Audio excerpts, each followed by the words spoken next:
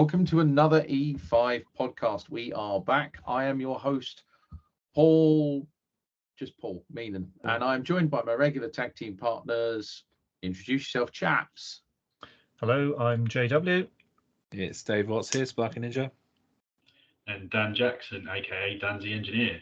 Welcome back, everybody. And today we're going to try and make these a bit shorter and snappier. But today we've always said that we will always do podcasts where we've got something new to talk about, something different to talk about. So we thought we'd introduce the eager electrical engineering industry to something that a lot of people in the trade especially won't be familiar with, and it's called a pop device. And I'm actually holding one in my hands. This was made by Dane. It's quite a beast. That's a single phase one, and it is a Power Overvoltage Frequency Device, also known as a POP, an MCB, double pole MCB, and a surge protection device, all in 4 compact little bays. So we're going to talk about that today, chaps. Was that in like the UK market, or did you get that special order? I paid for it and I imported it from another, right? So that's from another part of the world. So that's something we're going to talk a lot about. All right. So yes, many of the Queen's pounds have gone into exploring this little bad boy, which I'm sure Mr. Ward will probably do a more extended and robust tear down blow up video at some point when he gets time. We've just had through the past few editions of the regulations this push on awareness and understanding of surge devices. Yep. Which are over voltages at fairly high frequency transients, way too quick. What these are, and correct me if I'm wrong, is where we have an over voltage or a voltage rise that will be in excess of a value like, I don't know, 10% or something of nominal at the supply frequency. Is that correct? Basically, yeah, they have a break time depending on when a voltage rises. So if we look at the kind of, let's start with the history of these devices, because I think that's probably the best place to start. So for all those Sparkies going, I know what a 3871 is, a 62898, a 61008, a 61009, a 62606. Well, welcome to the 50550 club.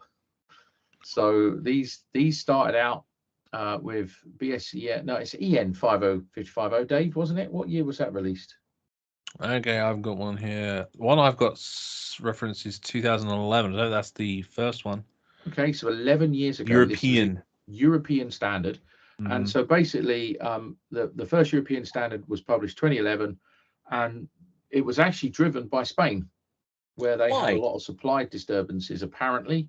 And a method of protection against damage to downstream equipment was required. Now, interestingly, the network failings or problems in Spain now drove a requirement to protect the homes, which is interesting because we kind of have that with the open pen technology, don't we? The risk of exposed or extraneous parts outside the house and a broken pen and a rise in potential on the metalwork causing electric shock risk, although I still think you just class 2 everything and be done with it. But so to summarize there, what you're saying is the consumer has to protect their installation from an unstable network coming into the property. Yes. It's not a fair world, is it? So unlike an SPD, which would be from an atmospheric event, this is a device that is inherently going to be there to protect should there be a failure in the quality of the supply of the service. Yeah, it's a supply disturbance, I think it is, when the grid is unstable. So it was developed in Europe, and then just to throw more fuel on this wonderful fire, because everyone's going pop devices, what the bloody hell. There is another standard called IEC 63052, which is based on 50550. And that's an international electrotechnical standards. John, do you want to explain what all is? Yeah, the original one, was a purely European thing, hence it says EN at the front for European norm in French. And that was the original one. And then the new one, which is an IEC one, which is the International Electrotechnical Commission, they basically write standards for, as it suggests, international purposes. And what will happen to that? It'll get converted back into European standards and no doubt translated into a British one and all the other countries with their bits and pieces added in. So it's all a big circle of standards and various different levels of these things. So these devices have been in these countries for a few years now. Yeah, they're not new as such. They're quite new to the UK because until recently it wasn't something that we actually really needed. However, as we've mentioned already, with things like the broken C&E conductors or the PEN conductors, that can result in a significant overvoltage, and that is something that these devices can detect in some circumstances. Not all of them, but essentially they're not like surge protection. Surge protection is where you have transient events of overvoltage which only last for a few microseconds. These will disconnect if there's an overvoltage in the many seconds. So we're talking like 10, 15 seconds of overvoltage in some, and if it's a very large overvoltage, it's still in the sort of half second sort of area.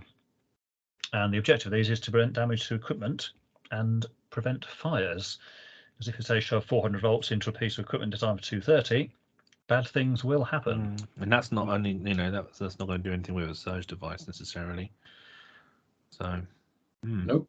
So just getting into that. So, and I want to deep dive into this now. So POP devices are intended, apparently, to mitigate the effects of power frequency overvoltage between phase and neutral. So line and neutral conductors.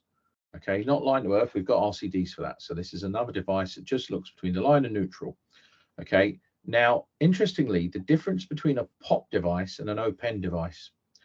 OPEN devices are only looking at, especially now, single phase loss of neutral. POP devices only look at three-phase and neutral losses. So neutral losses on a three-phase system. And that's one of the fundamental differences between POP device and an OPEN device, which is quite interesting. When you research this. So they're intended to mitigate the effects of power voltage, i.e. loss of neutral. They will actuate if they're used as a main device, and effectively it protects, as John said, it protects against overvoltage at a frequency of 50 hertz, not to be confused with surge protection. They can be integrated with a circuit breaker or an RCBO, etc. And what they basically do is when the monitored voltage, because this basically monitors the voltage between the phase and the neutral, when the voltage rises, say at 275 volts, for instance, if there's a network failure, and let's be perfectly frank, when there are broken neutrals, the frequencies go all over the place, which is one of the things that the networks look for. And one of the offshoots of that is voltages will rise where they shouldn't be to intolerable levels. So this device will sit and it will measure the voltage between line and neutral. And if it goes to, say, 255 volts, not a problem. If it goes to 275 volts, for say anything between 3 to 15 seconds, it may say, going to damage the equipment. Take it out. And that's what these do. And so, yeah, this is a single phase version because you can get them in single and three phase. There is a reason why they're not used in this country. But yeah, we seem to have gone down the open pen type technology rather than this. I'm just thinking from a consumer's point of view, and you've got your installation and it trips because of an external issue. You, as a consumer, you're not really going to know what's going on. Mate, if you went on holiday and you had a POP device on your board and there was a frequency event on the network, you could come home and find everything in your fridge is melted. Yeah, this is what I'm thinking. And also, consumers can't grasp RCDs and haven't done for many years. So from an electrician's point of view, try call outs and stuff like that. I mean, the amount of times my team back in the day attended call outs just for an RCD tripping, and you turn it back on and you charge whatever. It was insane. So again, this is an additional thing for consumers to sort of navigate as well. We're seeing a big issue. Electricians trying to understand why AFDDs are tripping right now. Yeah, it's the same kind of problem. They try to understand the patterns, but they don't quite understand. And we've seen this in social media. They just start, am I charging when they can't really be conclusive? So Paul, does this device reset? Simply just reset when operated. I am sure there is probably somewhere a auto relatching one, but as it stands, there's a little shunt on the side of the double pole breaker, which obviously operates it to close. There isn't a reclose on this, but this one will, I'm sure, will appear on one of your YouTube videos at some point where you play around a bit and try and blow it up. Yeah, so I mean, get it. The idea of this is good in that it protects against, say, over voltage, and they're often stuck like we got there with the surge protection, because if you've got a surge protection device which is designed to deal with things in the milliseconds range, if you then shove an over voltage onto it for many seconds, that surge protection device is going to be destroyed. Yes.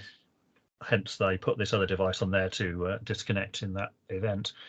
But as I said, the problem is that if this trips, if it was in somebody's house, first it's going to disconnect the whole installation, which is not a good idea from a point of view of general wiring practice and whatever.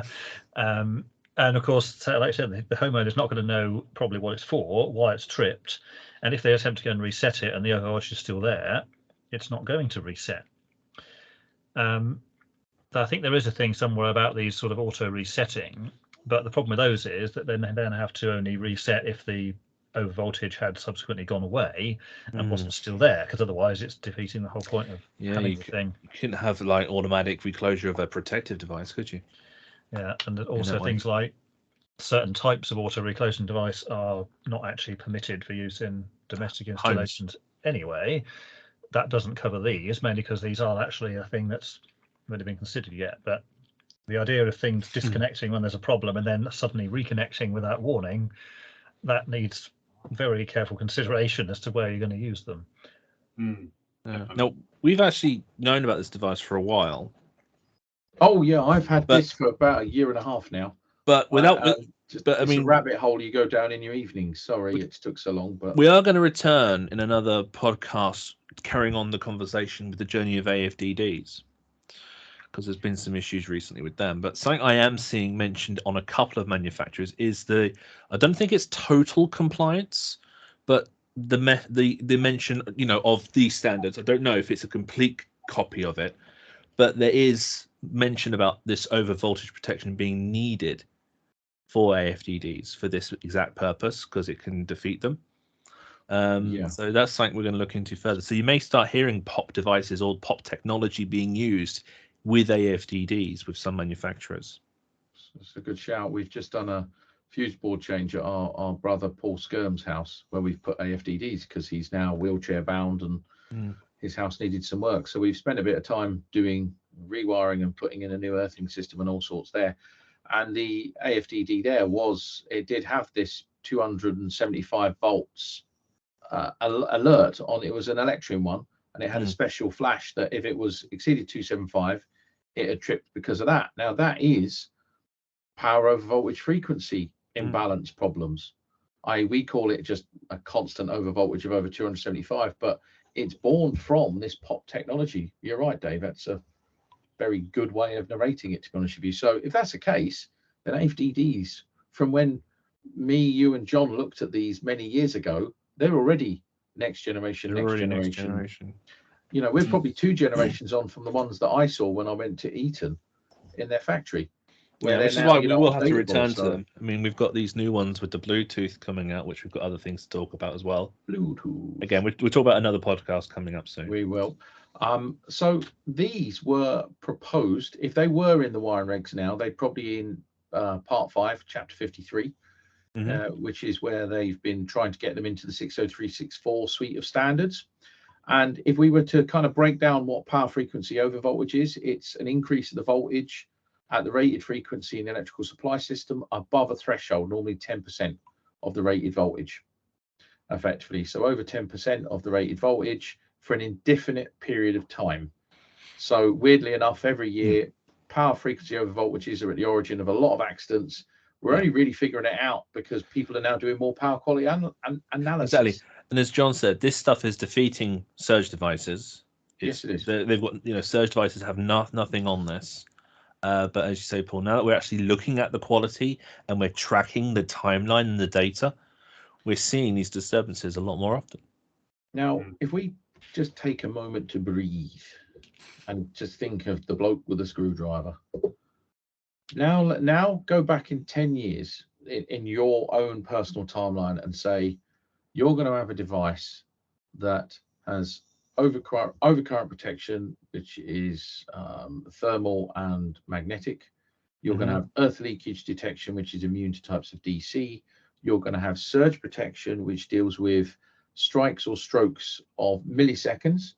You're going to have broken pen technology / pop technology, depending on what the event. And it's insane. We're looking in both directions now. It's all over the shop. It's insane. What scares the hell out of me is the good, hardworking, honest, decent Sparks who want to embrace technology and really make their customers' lives safer are going to end up becoming the ones who run out of work because the cowboys will just underprice them. And one thing that's kind of like counteracts what you just said, Paul, a lot of electrical contractors are really into smart technology rather than the fundamentals of electrical safety. That's from a consumer point of view, you want a functional working system. You don't really think about the safety, you just assume it's all okay. So you've now got a balance between safety and this cool technology that consumers want, and finding something in between, or all of it, really, ideally, in an ideal world. And sometimes this smart stuff overrides safety or fails it, doesn't it? Yeah, big well, time. And this is the thing, because these pop devices, the whole power frequency over voltages. Now, we've been doing a lot of research, and we'll cover it in another podcast, P28 and 29. There are ENA standards in the UK which are called voltage fluctuations and the connection of disturbing equipment. One of the things that's coming very evident to me is something that we spoke about, John, when we first met about years ago. The electricity transmission networks were resistive and inductive loads. You've now got bidirectional smart grids and a huge race to net zero carbon the electricity networks and power supply quality. I've spoken to a few people. They're getting worse. They're rubbish. In the race to reduce energy and curtail energy and try and manage, control, access and egress, it's really not that wonderful, smooth, wavy line we first thought. It's junk. And if you want to read more about that, please read G55, which is an EMI emissions from an installation. It's not domestic, but it'll put you in a coma. But it's coming for those who are commercial industrial. But power frequency over voltage may be caused by broken neutrals. So if you're digging in the street and you lose a neutral, somebody could steal the neutrals or steal the cables. They do that on the railways a lot.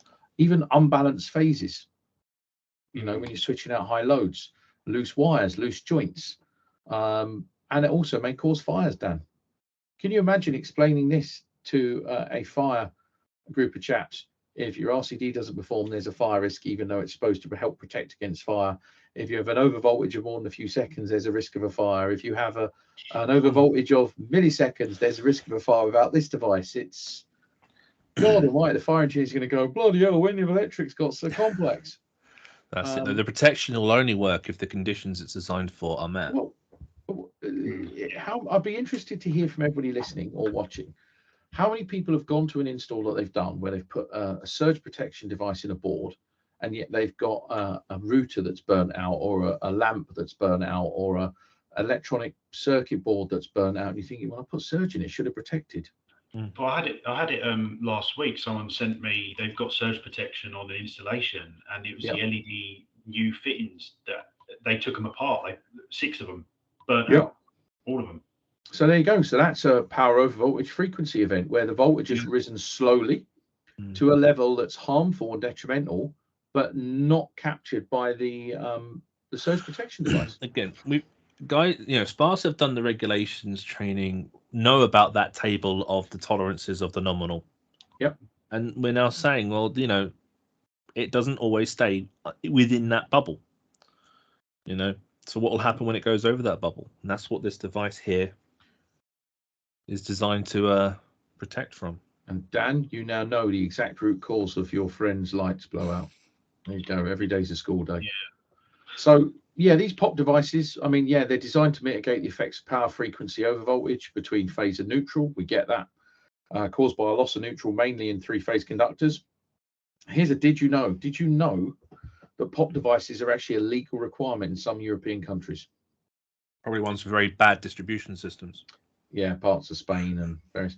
Isn't it great though that they can make stuff a legal requirement? I feel sorry for the consumers because they pay their taxes for a reasonable network. They don't get it, and then they have to pay. Yeah, that's a good point, because I mean, ideally, the network should be where the problems are fixed, so we don't have these massive overvoltages and all the rest of it. But of course, in reality, they're not, and it seems to be up to the individual installation to mitigate against these problems. Yeah, and these rises in voltages, Dan, just to reiterate, there is that potential for fire within an installation that a surge will not capture. Boy, oh boy, are we on a journey. So I just think it's crazy, absolutely crazy in 2022 that we have to protect from the supply that's given to us. I think that's mad. That blows my mind. I'm going to agree with you, and I'm going to say this: privatization. It should never have happened of the electricity networks ever. Everything has become layered, overtly complex. It's costing everyone as taxpayers more, everyone as homeowners more. It's a disaster. For all we know, I mean, 60364, the device could have been put on the table a number of times up to now, and they could have said again and again, no, because it's not within the scope of 60364. We don't want it. It's up to the distributors to maintain a safe supply. That could be what's going on, especially in countries, like in the UK and stuff, where the systems are to some degree okay.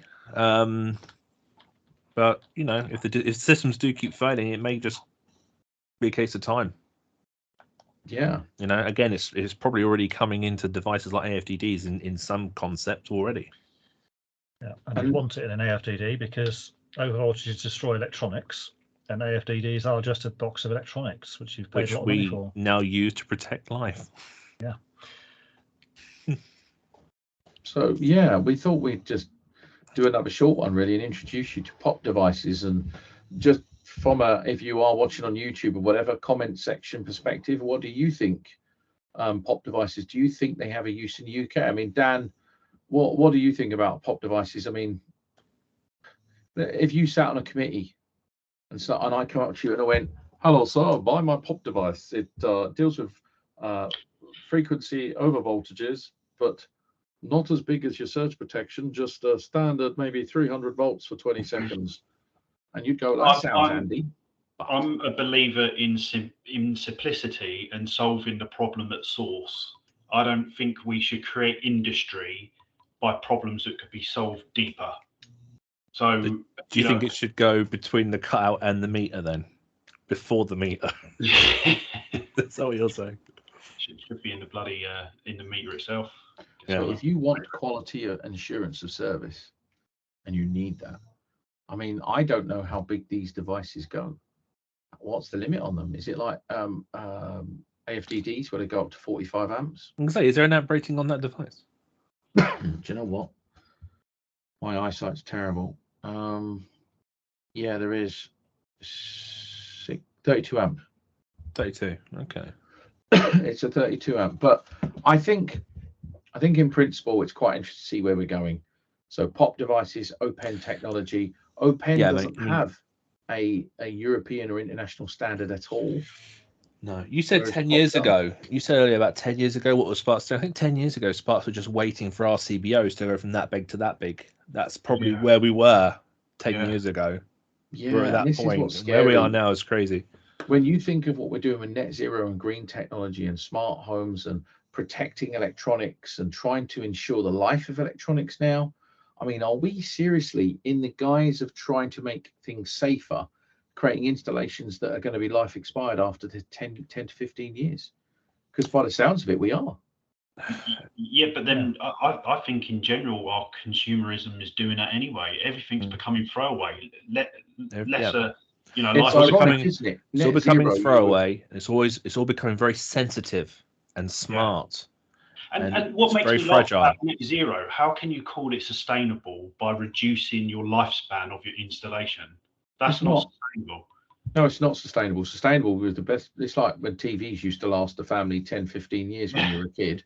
That was all you could afford. Now people are buying TVs every 2 or 3 years. In fact, then I'll just add. I mean, I've been putting some grid switches together this week, the MK stuff, for this rig in the center I'm building, and the amount of plastics. Yeah, I remember you and I having a little chat about this before. This will be something else we can return to looking into, sustainability and waste and all that stuff. It's something we should really have another look at, because see how much momentum there have been. Because that's like 4 or 5 years ago we talked about that. Yeah. Waste. I think the bigger question is why are the networks not built to not have this problem? And I personally think, well, I mean, what do you think, Dan? Maybe they're not regulated properly. Yeah, maybe the maintenance isn't up to scratch because there's no pushing on it. How dare you? How dare you? It's yes. Maybe we're not looking at all these things. Maybe over every 3 or 4 years we move the tolerances, and the network operator says, well, we can't achieve that frequency. Can we have maybe a little bit more play? And it's a very difficult system. I think on an old linear network it would work. We don't have an old linear network now, because the network should be designed and built so that power, frequency, voltages do not occur. But we're now creating smart grids and local prosumer networks. That's a fundamental change to a very old cabling and infrastructure. So the only way of managing is on the consumer end, at the cost to the consumer. So in the race to de-stress and open the network, because that's what we call it, open networks in this country, are we actually making a bigger problem? But don't worry, the consumers will resolve that problem. And are the networks at all being regulated, or is anybody actually doing any stakeholder consultation other than with people who go, oh, you've just saved me a load of money? Yeah. Thanks. There's a lot of ideas, and the ideas are being put into practice, I think, before a lot of the actual practicality's been put into it.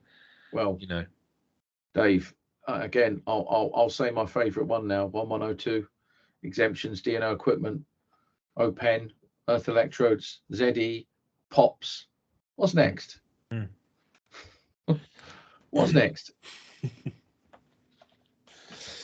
So that's kind of it really for this one. So I just want to go around and do some final thoughts. I will start with Mr. Jackson.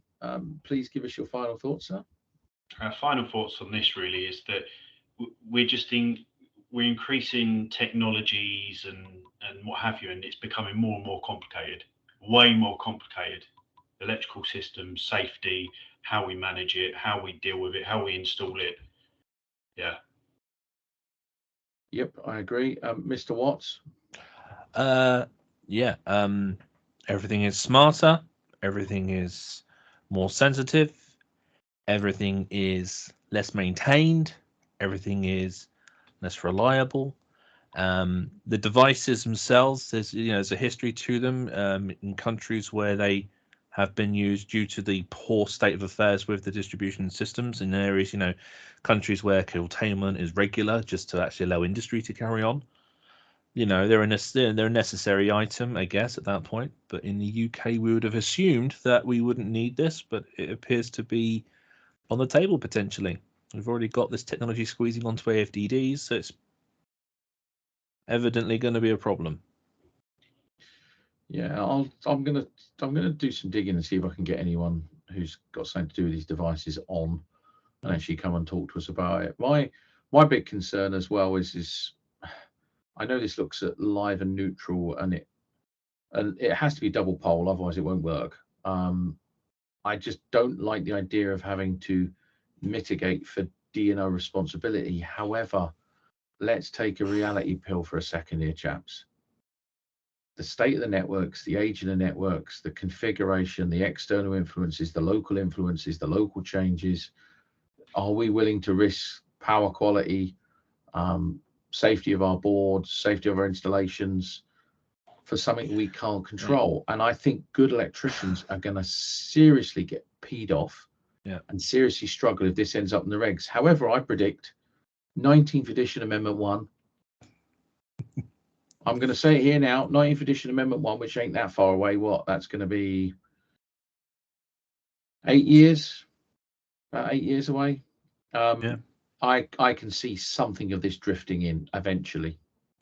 Yeah, I mean, at the end of the day, we had we had this mention with 7909, for example, where it said, you know, you can't think of a TNS as a TNS because it could be a TNCS system with the cable all the way it's been repaired, and that's been an accepted understanding in our standards, in a few of our standards now. You know, it's been accepted that the infrastructure of the supply network may not be up to scratch. You know. Yeah. So and sadly, if anybody's wondering, it's the Italians and the Spanish who are very keen on it. Mr. Johnny Potter Ward, the man in the greatest gas cupboard ever. What are your final thoughts on it? Don't you dare smile. Yeah, this is a relatively simple device in terms of what it actually does, but the implications of it are not simple at all. And it's the sort of thing which shouldn't actually be necessary, because we should have decent supply within the voltage limits. But in reality, it is going to be necessary, and it already is necessary in some instances. So I think this is inevitably going to show up somewhere, probably in 60364 at some point, which for those that don't know is where most of BS 7671 comes from. And of course, once it goes in there, then it's going to show up in all the other standards for all the other countries, BS 7671 included. And this is probably just one of many devices along this line which are going to be put there in an attempt to cover up problems in the network. I think a lot of those problems are not going to be fixable. All right, some of them are due to bad maintenance and the way it was designed and all that, but a lot of it, like the overvoltage thing, if you've got a whole row of houses, say 20 houses in a street, they've all got solar panels on the roof and it's the middle of August and the sun is blazing down, it's almost inevitable that the voltage is going to go way up too high, because that's how solar inverters work. They shove the voltage up so they can push the power back into the network. So unfortunately, I think these are inevitable. It's just a question of when. Good point. That's a good point, actually, John. You've got a row of 50 houses that have all got council solar PV. How do you curtail that locally? Because you're going to overload the three-phase cable in your street if they're all pumping stuff out. Well done, industry. You've done lots of really good thinking on this. And if anyone from UKPN or the networks or the POP device committees wants to come on here, then you're more than welcome. We should really stop popping on, and we should close this out. So just for everybody watching or listening, I forgot to add, we're gonna give a shout out to Mr. Betteridge, who is going to be doing a maths podcast with us. So he is very keen to talk through some of the more simple and complex maths that an electrician has to face. I find it all complex, so I'm just going to be the idiot on that podcast with smarter people talking at me while I just look completely dumb, which is probably normal for me anyway. Moving on, thank you very much for watching. Thank you very much for listening. Chaps, thank you very much. Love you as always. And until the next one, take care of yourself and each other. Bye-bye. bye. Bye.